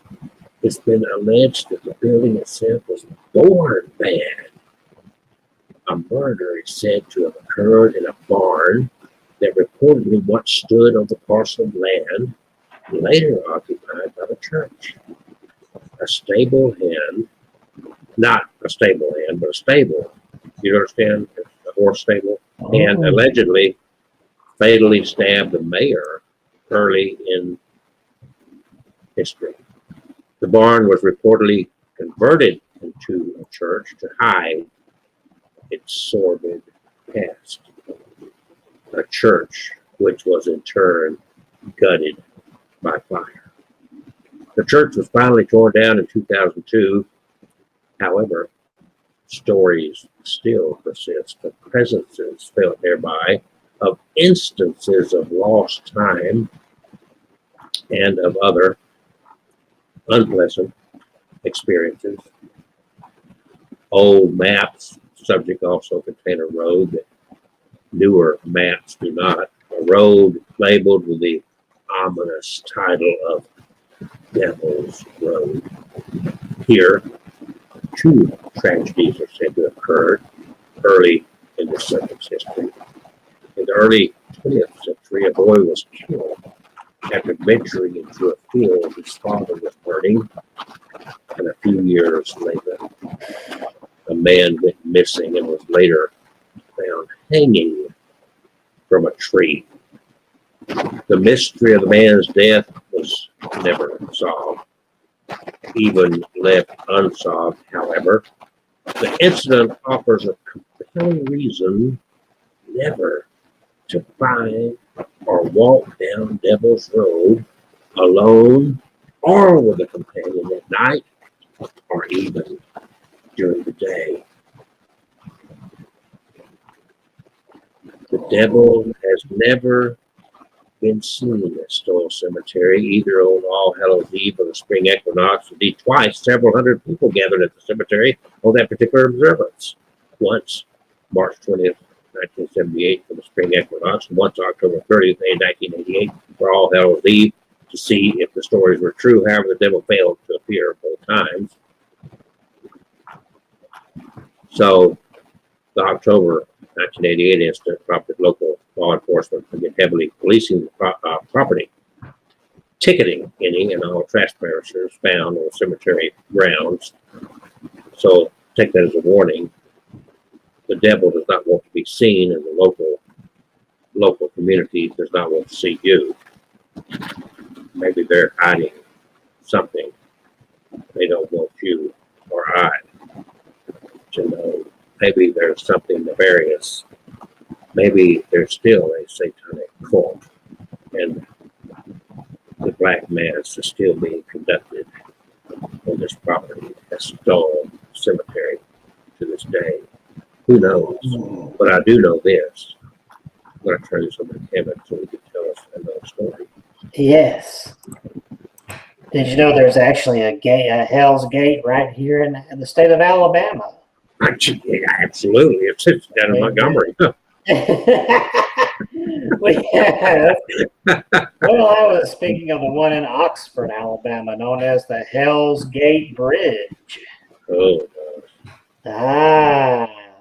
If you're making a trip to the public supermarket or to the Home Depot at the Oxford Commons Shopping Center in Oxford, Alabama, there are easier and safer ways to get there than by crossing Hell's Gate Bridge. If you don't know to look for it, you'd likely never find it. Even though it lies not half a mile away from Oxford Commons, the small broken down bridge sits tucked away in the woods at a creek crossing no one dares use anymore. To be fair, you could not use it even if you wanted to. It's been blocked at either end with cement blocks and chain link fencing to prevent anyone from setting foot on it, because it's literally falling apart. But if you wanted to, is the key phrase there. No one truly wants to use Hell's Gate Bridge. It's too haunted for that. Hell's Gate Bridge is not its official name, of course. It's not even clear whether it has an official name. Located on Boiling Springs Road in Oxford, it bridges the banks of the Chocolaco Creek, or at least it once did. It's been disused for at least a decade, or more than that now, because of its terrible condition. A truss bridge, Hell's Gate Bridge, was built sometime around 1930. By 1992, however, it had decayed into poor condition, according to an inspection from January of that year. Its superstructure, meanwhile, dropped down from poor to serious in November of 2000. The result is a seriously spooky-looking crossing, and indeed, given its derelict stat, it's perhaps unsurprising that it plays host to a ghost story, too. It's unclear when the legend originated, but it would have had to have been no earlier than the 1960s. The story itself is set in the 1950s. Sometime during that decade, again, it's not specified when, a pair of young lovers driving across the bridge were said to have tragically careened off the structure, perishing in the waters of Chocolaco Creek below. But although the lovers may have died, they have not moved on. It's said that if you drive to the bridge at night, park your car in the middle of it, and turn off all the vehicle's lights, you might end up with an additional passenger in your back seat. You might not see them or hear them or even know they're there, but if you look closely later on, you'll notice something about the seat. It will be wet, as if someone had just emerged from the water and taken a seat right there. There's another story too, though, one that accounts for the moniker Hell's Gate Bridge. It is said that if you stop on the bridge while driving and looking back behind you, you won't see the entrance to the bridge on Boiling Springs Road. Oh no, instead, you'll see the fiery gates of hell. Admittedly, there does not seem to be much of a connection between this tale and that of the ill-fated lovers. But then again, maybe we just had not put two and two together. Maybe that was why they lost control of their vehicle in the first place. Perhaps they glanced behind them and saw hell itself, receiving such a fright that they accidentally drove straight off the bridge. Again, we don't know much about where these stories came from or when they first arose. The car crash legend in particular is suspiciously much like those of the Crybaby Bridge legends and the spooky hitchhiker stories. But as far as the bridge itself, you're not able to drive on it anymore. But Well, the Hell's Gate legend still persists, even with that, because you can still use your own vessel, your body, to walk out on the bridge. And some say that if you walk onto it and turn to look back, you'll still see the flaming gates of hell behind you. But run, get off that bridge before they suck you into the grasp of the Dark One. So now, let's take a journey down to New Orleans, Louisiana. New Orleans? The gates of Guinea, according to this local tradition. Listen to this. According to the teachings of voodoo, the souls of the dead reside in a portion of the underworld known as Guinea. This is not a place of torture or punishment, but rather a murky plane which spirits must pass through before reaching the deep waters where they'll be reunited with their ancestors. Guinea is presided over by the Loa, known as Baron Samedi. Often depicted as a skeleton in corpse paint, dressed in a top hat and tails, the Baron is a powerful symbol of death and rebirth, guarding the crossroads which form portals to other worlds. Most important of all of these portals are the gates of Guinea themselves. Theories regarding the gates of Guinea vary from one voodoo practitioner to another. Some see the seven gates as a metaphor for the 7 days after death, according to voodoo beliefs.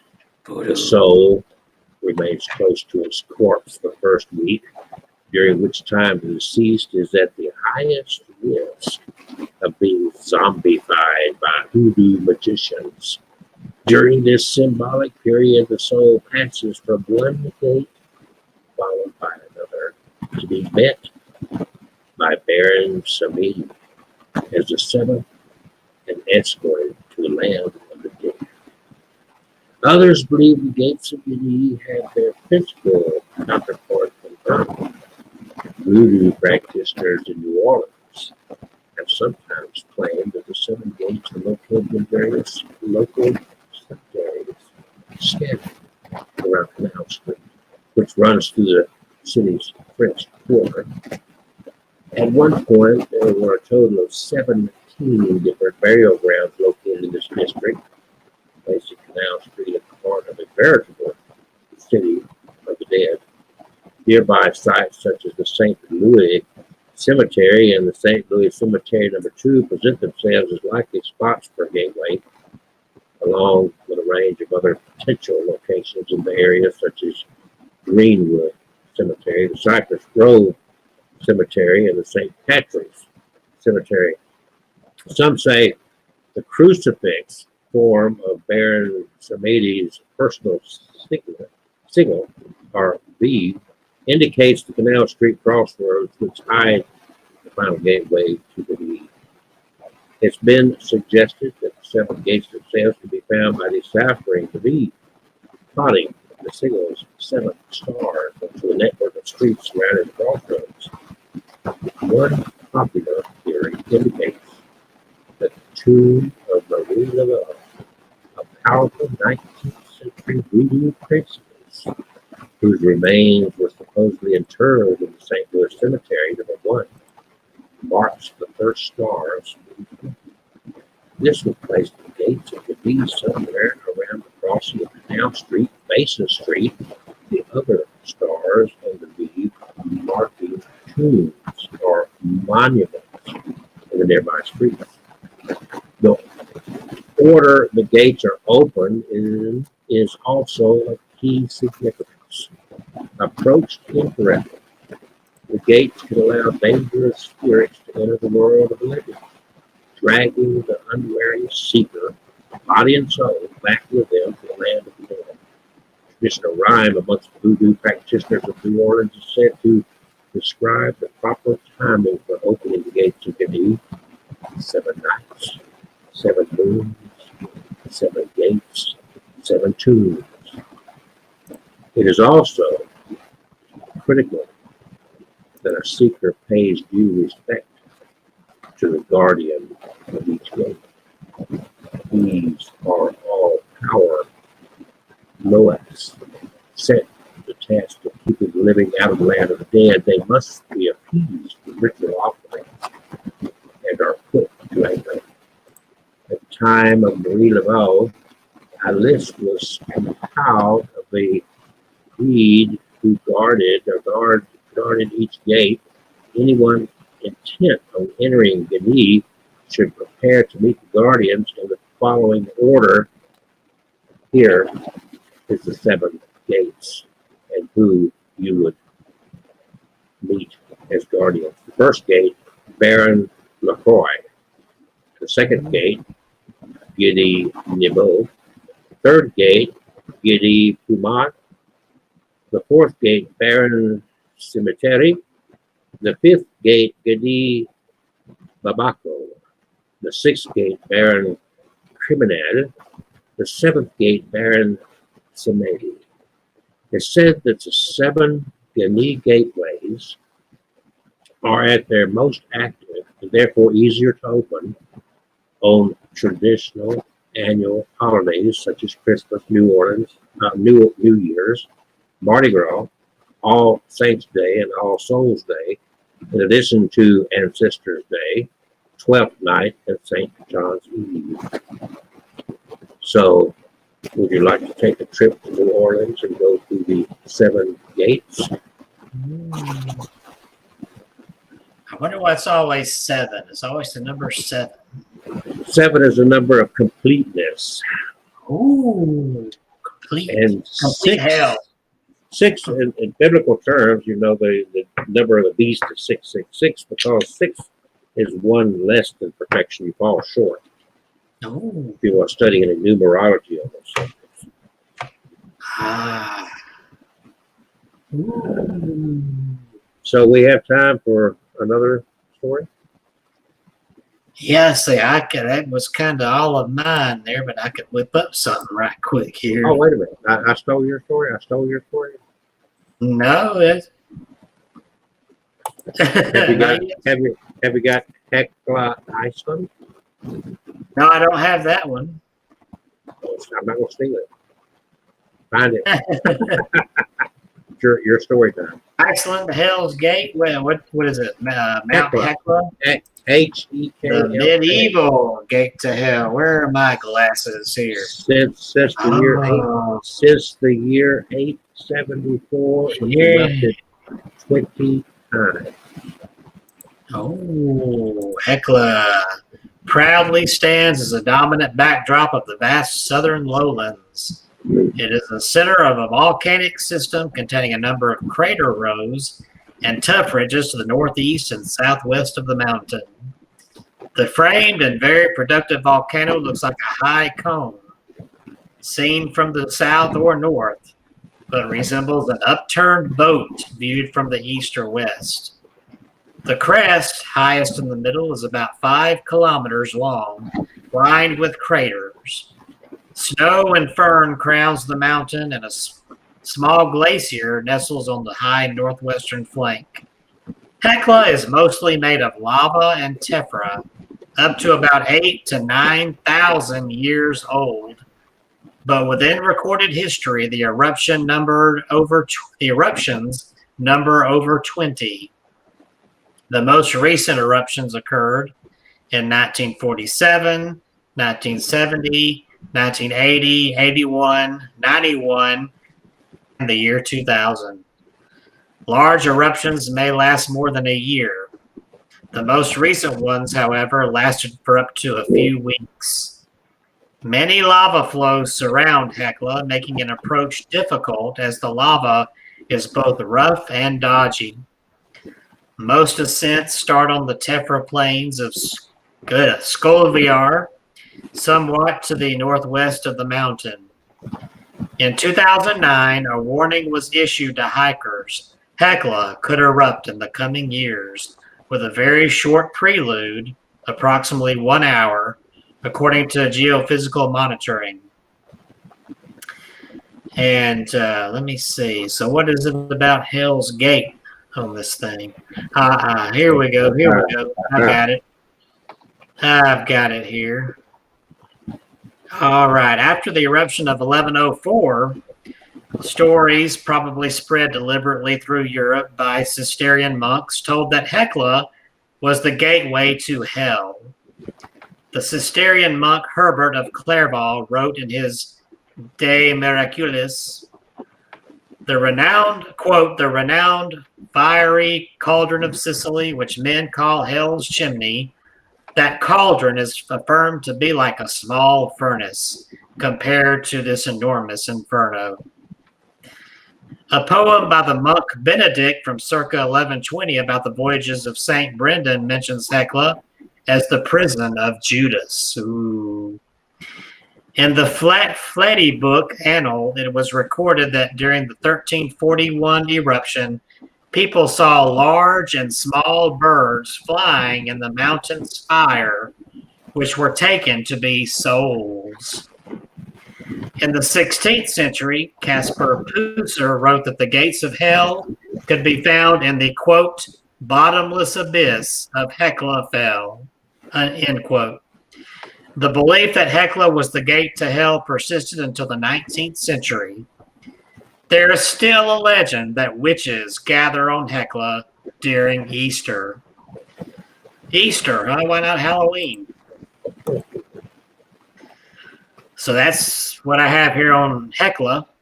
So here we are, folks, in the last 5 minutes. Let's go back and revisit our recording from the depths of hell, taken in Siberia in the late, around 1970, early 60s.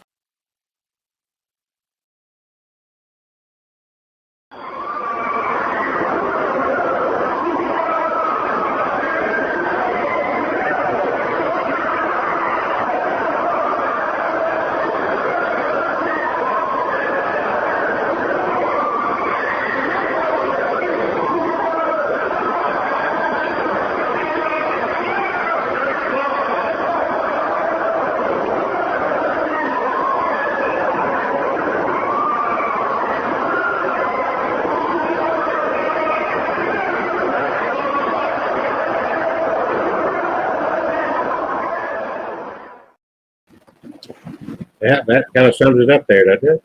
Yeah, that's scary as hell. Well, remember to join us everywhere that you can think to join us. And we'll do this little outro little thing here right quick. So, happy Oval, Alabama. Don't forget. And Kevin has really improved his looks tonight. Yes. Yeah. So congratulate him on that.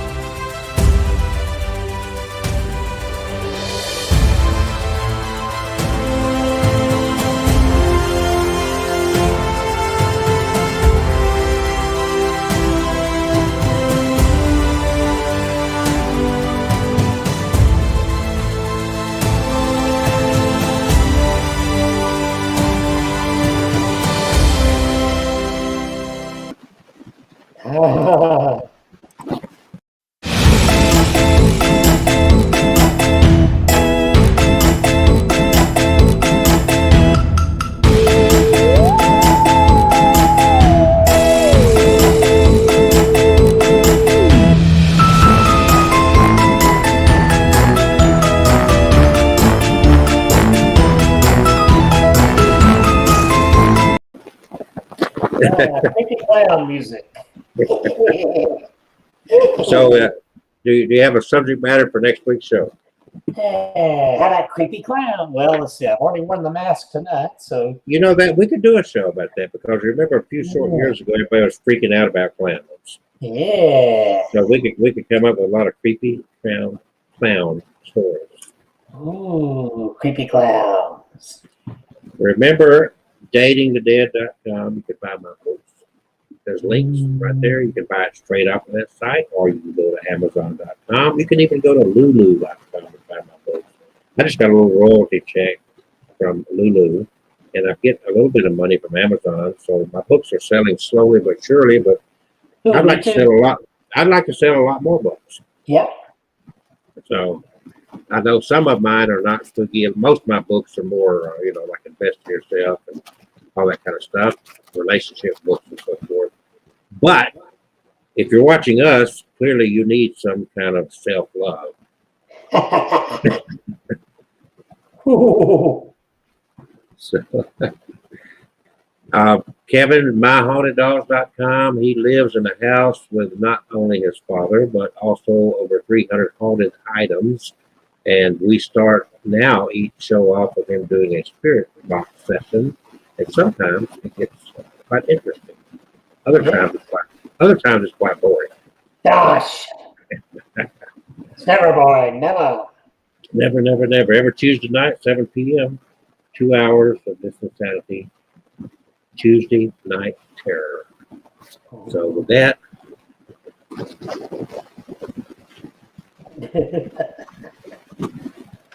next Tuesday's Clown Week.